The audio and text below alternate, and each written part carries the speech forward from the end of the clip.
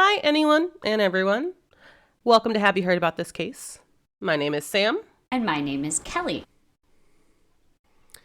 We're just hopping on to do a short update episode. Kelly and I often record episodes well in ahead of time. And before we even released the podcast, we recorded a handful of episodes over a few months. And one of the episodes that we recorded was Cheyann Klus. In these very early recordings and in the weeks since we recorded, Cheyann has actually been found. We don't have a lot of information, and I imagine it'll be quite a bit of time before we really know any details, especially with the fact that, unfortunately, this case was not covered well from the beginning. But just to give you brief recap on this case, there's a lot of really weird details. I do recommend checking out the episode. But Cheyann was last seen by her family on November 27th, 2017. She left her home in Downers Grove, Illinois to spend time with her friend, potentially her boyfriend, Brian Biddle, in the Hermosa neighborhood of Chicago. Brian said that she disappeared from his home on November 29th while he was sleeping. It's believed Brian and Cheyann were partying pretty heavily, which then led Brian to sleep for 18 hours. That's when Cheyann disappeared. She was last contacting with one of her friends the morning of the 29th through text message. And she asked her friend Chad to pick her up early that morning. Unfortunately, Chad was sleeping. He didn't see the messages until about 20 minutes after. And unfortunately, when he did try to respond, he never heard anything back from her. Then, jump to 12 days later, on December 11th, 2017, a 911 call came in from Cheyann's phone in Mallard Lake Forest Preserve, which is about 20 miles from Brian's home in Chicago. Call hung up before the dispatcher could even answer, so they were only able to trace the call back to the Forest Preserve. But since then, that's been it. There's been no information. They've done 2 separate searches of the Forest Preserve. They say they found some potential evidence, but authorities haven't even confirmed that the evidence that they found and collected was actually connected to the case. So that's just a really brief background on what happened. But now, jumping to January of 2023, Cheyann's sister posted on social media that her remains were found in Mallard Lake Forest Preserve, which is where the 911 call was made from. Yep. We don't know the date her remains were found. We don't know, but one thing we do know is that she was identified using dental records. So understandably, Cheyann's sister has asked for privacy and respect while they mourn and hold a private service for Cheyann. And we know that a search can be very difficult. Kelly, I know that you've researched this in the past. Doing a search is not perfect, especially when you have volunteers, people who aren't necessarily fully educated in a search. There's a lot of different things to look for that some people might not know.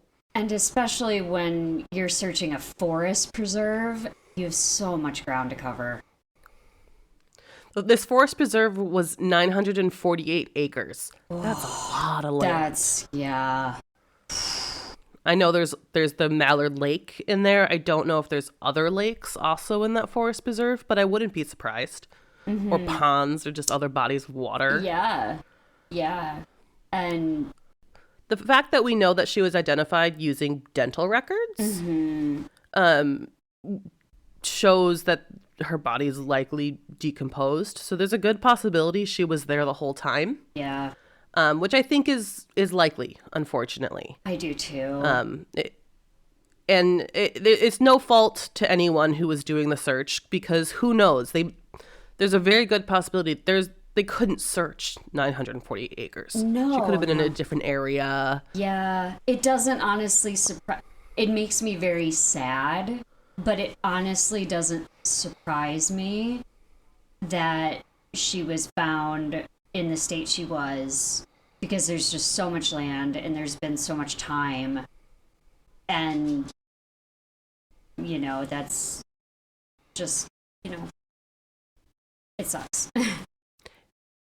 Yeah, well, like, I wish that we could have had answers in 2017 for her family, but it's not always feasible to have that happen. And we don't know how she was found. We don't know if there was somebody hiking and spending time in the forest preserve that came across her. We don't know if there was another unofficial search done. We don't know if somebody called in a tip. Yeah. There's truly very little information, and that kind of makes me want to bring up a couple things, especially after reading some of the comments on a lot of the news articles that I saw. Oh. We have very, very little information. We can theorize, we can speculate, but let's acknowledge that that's all it is right now. In the last few years, we've seen these big cases. They've blown up. And unfortunately, some of the theories and speculation has really gotten out of hand. It feels like it's happening more and more lately with social media blowing up the way it is. We can armchair detective this all day, but at the end of the day, we don't have anything hard evidence here. Wise. Exactly. And I think a lot of it comes from good intent. A lot of it comes from having these conversations, but then those conversations are being retold by other people, and it just escalates into what people start to believe are facts. So I think it's just really important to acknowledge what we're saying, and what our episode was a lot of speculation because we don't have a lot of the facts. And we tried to bring that up throughout the episode, but I think it's worth saying again. Yeah. And in the end, unfortunately, Cheyann is no longer with us. And we don't know what happened to her. We don't know if this was foul play. We don't know if this was her choice. We don't know if this was an accident. So we don't exactly know. And so what we're asking is just show respect to Cheyann, respect to her family, respect to even potential suspects, whether they're official or unofficial, because also remember, it's innocent until proven guilty. And then another thing I wanted to bring up with reading these comments is I was seeing a lot of victim blaming, which was really upsetting. It was hard to read some of them. Yeah, it's gotten to a point lately where a lot of these cases, specifically the ones where all these rumors are proliferating, that it frequently turns on the victim, and that's just upsetting and unfair. They're not here to offer facts of the situation. Exactly. And Kelly and I were just talking a little bit before we hit record here about we don't even really know the facts of the case before we now found her remains. We mentioned that there was the potential that she was out partying, but we actually don't have confirmation that she herself was partying. And on top of that, whether she was or wasn't, one thing that we know at least a little bit of is she recently went through the loss of her mother, followed by the loss of her pet, and no one grieves in the same way. And on top of that, we don't know what was really going through her head and what her mental state was at the time.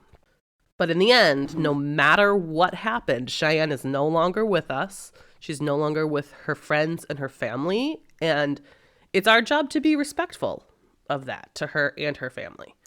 Please. It's all we can do.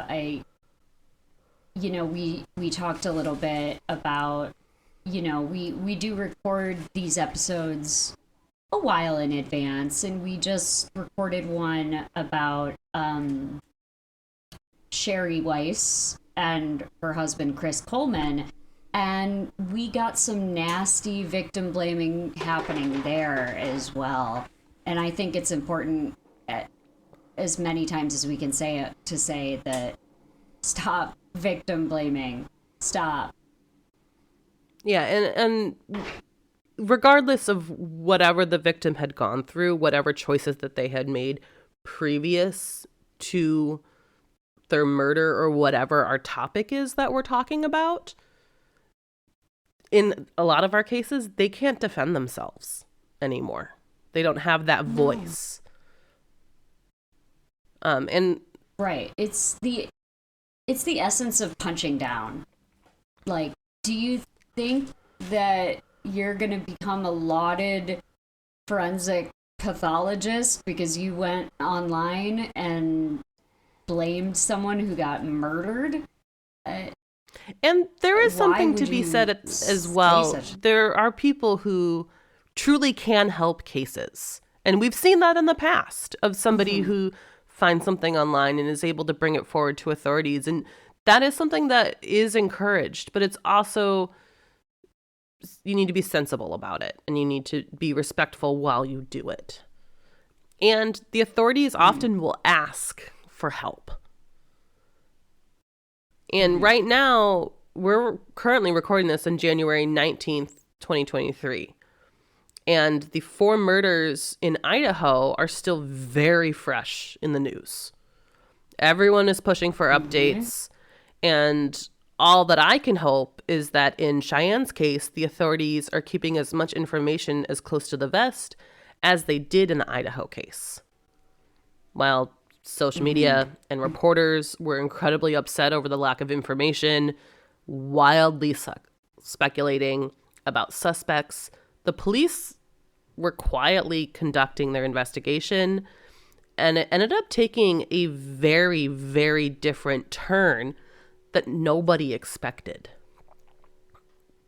And for Cheyann, we currently just have to wait and hope that the police are conducting as thorough as an investigation to determine what happened to Cheyann. Again, if someone did this to her, if this was her choice, and if someone did, they should be held accountable under the law. Absolutely. And we talked about it just a little bit right before we hit record again, that when the law enforcement officials play it this close to the vest, we get a case like we got out of Idaho, which is tight investigative work that is unparalleled in its facts. And I am with you. I hope that they're doing what they can with what little information they have. And I have to believe that they're doing that so she can get some justice, or her family can get some answers. Exactly. And with the Idaho case, maybe someday we'll talk about it, but that has a very, very long way to go. This is still very early on in the investigation and in the trial and in the court proceedings. We don't know anything yet. But we hope that the investigation that we saw there is what's being done for any victim. I agree. It was very impressive for an area that frequently probably doesn't, you might know this a little more than I, an area that maybe doesn't often get these homicide cases like this that are so brutal and yet so well executed by all levels of law enforcement to really bring it to justice. Yeah, I don't know how long it's been since there was a murder there, but I know it's been quite a few years. I think it's been a while. Yeah. Long enough that there's probably been turnover in leadership positions. So I really respect that. I also highly respect what they did there. The fact that it was fully in the media and that everyone knew of that case and they still conducted that investigation. And again, that I want to see that in every investigation that we talk about.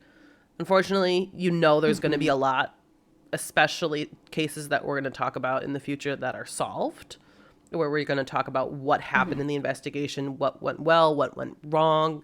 But I just hope for the future, that's what we can see. And because Cheyenne's case is still unsolved, we don't know any details. If you do happen to have any information, please call the DuPage County Sheriff's Office at 630-407-2569. Just in case anyone who happens to be listening to us, because we are local to Chicago, I assume that there's going to be Chicago listeners, friends and family. Yes, please. More than anyone else in the beginning here. But we would love that. And I know it was a while ago, but like anyone in the Hermosa neighborhood, if you saw anything weird, if you had a security system and thought that looked off, call it in. Exactly. You don't know what could lead to answers for this family. A lot of times tips that get called in that can be beneficial, it can easily be somebody who's just like, I just feel weird about this random thing I thought of a few years ago. And that can absolutely help a case. But that's it. We just wanted to give you a brief update on this case because some news broke just a couple days ago. And so this will just come out right after the episode on the same day. But we just wanted to thank you all and give you this little update. So thanks for listening to Have You Heard About This Case? You can find us on Instagram at Have You Heard About This Case Pod, or you can email us at haveyouheardaboutThisCase@gmail.com. Thank you, and we'll talk to you later.